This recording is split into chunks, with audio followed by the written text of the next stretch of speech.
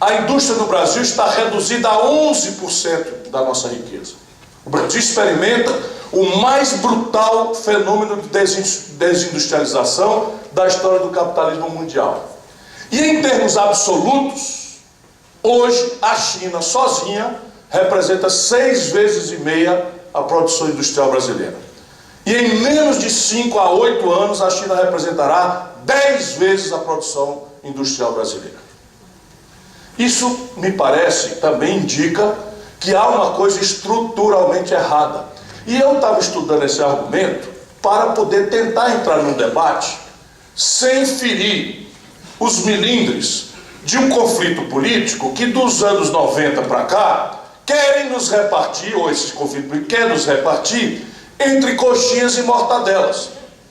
Ora, o Brasil, na sua extraordinária complexidade, na sua maravilha e na sua tragédia, o Brasil não cabe nessa redução mesquinha que nos aparta entre um Atlético e Cruzeiro, não é? Ou pior, entre coxinhas e mortadelas. Foi muito conveniente para ambos durante um certo tempo, mas agora está fazendo muito mal ao país, porque nesta confusão em que nós nos atolamos, o estigma do ódio, a cultura do ódio, a violência como linguagem da política começam a perder o pudor de se apresentar no debate.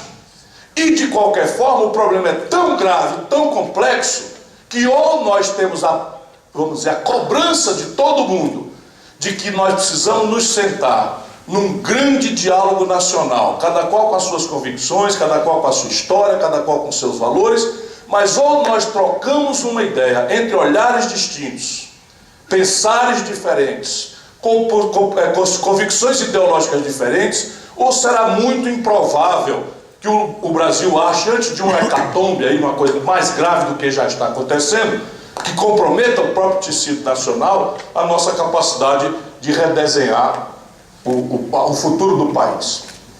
E aí talvez agora caiba, para a gente sistematizar o debate, tentar organizá-lo em tentativa de responder duas perguntas. A primeira deveria ser: o que aconteceu com o Brasil para chegarmos a essa situação? Homicídios, desemprego, informalidade, crescimento pífio, desindustrialização, inadimplência generalizada. O que aconteceu?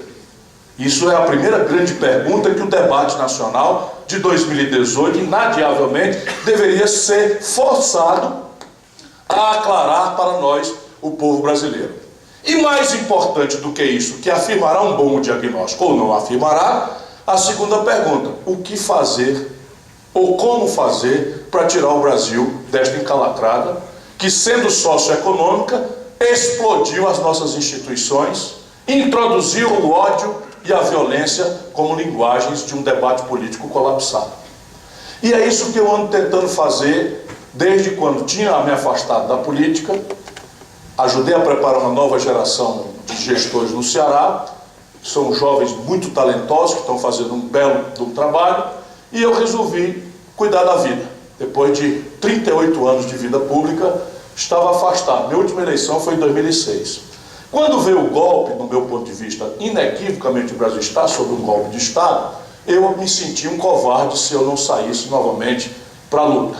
E isso é o que me traz aqui. Virando candidato ou não virando candidato, eu quis cumprir essa tarefa de botar toda a minha vivência, todo o meu amor, toda a minha paixão, toda a minha experiência acadêmica e empírica de ex-ministro, ex-governador, ex-prefeito de capital, ex-deputado federal, ex-deputado estadual, 2 vezes candidato a presidente do Brasil, livros escritos sobre o país.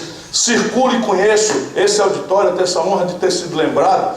Foi quando eu fui ministro da Fazenda e vim assinar o Tratado de Ouro Preto, que deu forma final ao Mercosul, sob a liderança desse grande brasileiro das Minas Gerais, o presidente Itamar Franco. Talvez o brasileiro mais injustiçado que eu tenha testemunhado esses anos todos, porque ele, pela audácia dele e pela mineiridade dele, é que criou a condição política do Brasil acabar com a negociata da superinflação, que parecia impossível. E ele foi lá e criou um ambiente político para acabar com a inflação e criar o real. Foi ele fazer isso. E uma turminha lá que eu sei, de um estado vizinho, que a gente acessa pela Fernão Dias, cuidou de contratar gente para desmoralizar o Itamar, foi em função da obsessão pela reeleição. Voltando aqui ao nosso itinerário. Eu sustento para debater que o que está acontecendo com o Brasil, que o que explica esse conjunto de fatores, é o colapso de um velho modelo nacional desenvolvimentista, ao qual nós devemos o Brasil moderno para o bem e para o mal, e a nossa incapacidade de, entendendo que esse modelo morreu, produzir um outro modelo no lugar. Seja por emergências, que não foram poucas, não têm sido poucas as emergências que explodem sobre a nossa rotina, seja por a nossa incapacidade política mesma de equacionar a compreensão disso. E aí, se vocês tiverem paciência, eu reparto consigo essa minha convicção. O Brasil que nós temos aí fora, por bem e por mal, disse eu, é produto de um velho modelo. Qual era o velho modelo? O modelo entendia que era o caminho mais brilhante entre o liberalismo capitalista selvagem, da apologia do livre mercado sem qualquer tipo de restrição, e o marxismo-leninismo, que propõe a estatização dos fatores de produção, apareceu, estimulado por um grande intelectual britânico chamado Keynes, Lord Maynard Keynes, a ideia de que a economia boa, aquela que de fato funcionava, era uma que escolhia o bom de dois. Ou seja, elegia a iniciativa privada, o talento, a capacidade inestimável da iniciativa privada de produzir efeitos importantes na vida humana, com a presença corretiva de um Estado empoderado, que de um lado corrigia as distorções do capitalismo solto, que tende à concentração de renda, à injustiça, à inestabilidade e a crises cíclicas, mas por outro lado também era a força motriz dos momentos de colapso do próprio capitalismo. Isto foi experimentado na prática moderna pela primeira vez num negócio chamado New Deal, que em tradução literal significa novo acordo, pelo presidente Franklin Delano Roosevelt nos Estados Unidos, ali como resposta à grave depressão de 29. Em 1929, o capitalismo parecia ter morrido numa crise absolutamente grave, transcendental, que esterilizou praticamente um terço das riquezas americanas, produziu uma miséria que eles jamais tiveram conhecido em tempos de paz. A guerra produziu coisa parecida, e o capitalismo quebrou. É ali que o Franklin Roosevelt produz, inspirado pelo Keynes, uma engenharia em que o Estado norte-americano, deficitário inclusive, assenta uma dívida pública para, com dinheiro público, associar-se ao capitalismo colapsado para revitalizá-lo, fazendo investimentos naquele momento em infraestrutura. Então tem o Tennessee Valley Authority, que já vem lá de trás, a Dan Hoover, uma série de empreendimentos, e o fato é que, miraculosamente, em menos de 24 meses, a América do Norte sai da crise de 29 e começa a dar sintomas de vitalidade econômica de onde não se supunha, por esta especialíssima experiência do keynesianismo àquela data. Vem a Segunda Guerra, interrompe-se os experimentos todos.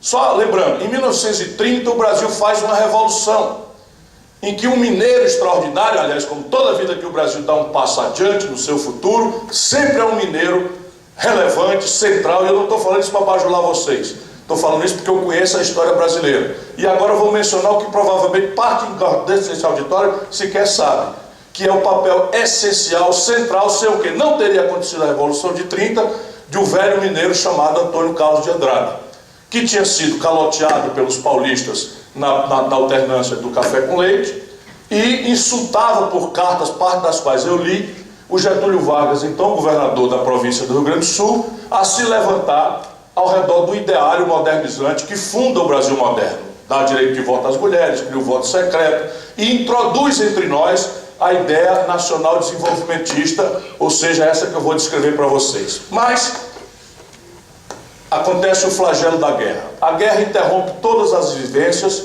e demora-se ali 6 anos. Quando a guerra acaba, imediatamente, inspirado pelo êxito extraordinário do New Deal, replica-se pelos vitoriosos norte-americanos e britânicos o mesmo ideário keynesiano para recuperar o território destruído da Europa e do Japão.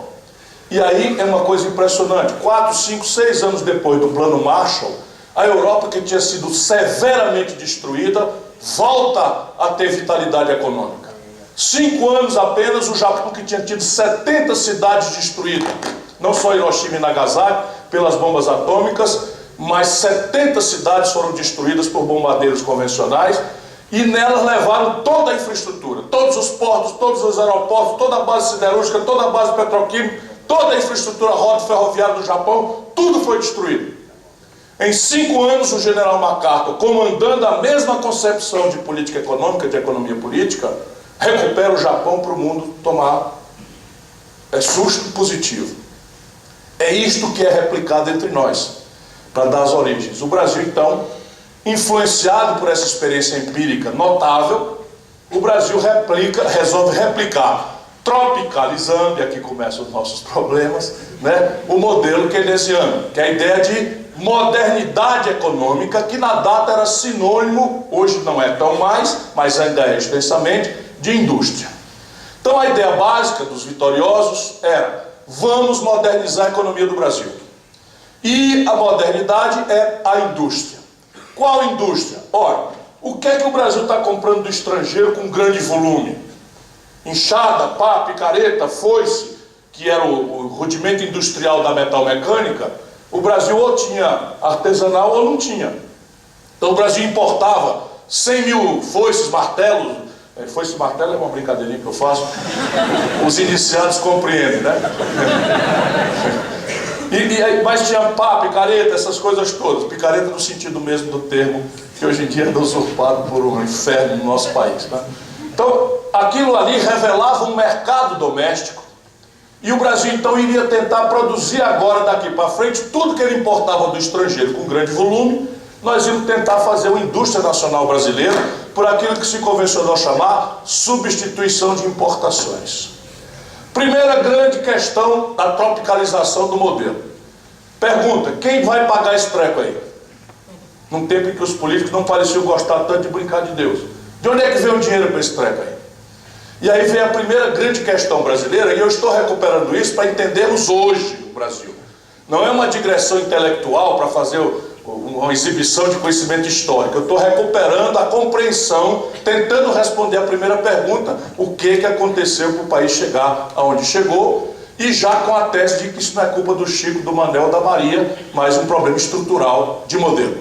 Pois bem, na época como hoje, o Brasil tinha capitais nacionais muito baixinhos, muito pouquinhos. E na época, muito pior do que hoje, embora hoje também tenha uma característica muito selvagem, que eu vou conversar consigo hoje à noite também, eles eram politicamente ariscos à novidade. Porque esse pouco capital que o Brasil tinha era acumulado na aristocracia rural, na oligarquia rural, assentada do latifúndio e na monocultura do café e da cana-de-açúcar. Café lá para cima, cana-de-açúcar aqui para baixo.